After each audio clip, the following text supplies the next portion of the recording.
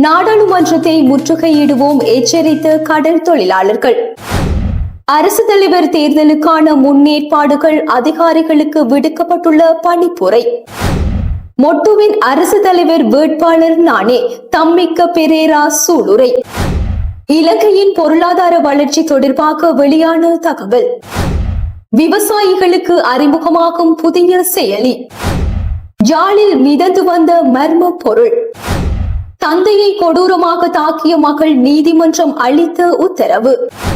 வெளிநாட்டு வேலை வாய்ப்பு பெற்று தருவதாக கூறி மோசடி. பச்சிளம் குழந்தைக்கு எமனான தேங்காய். நைனாதீவில் இளம்பெண் சாவு.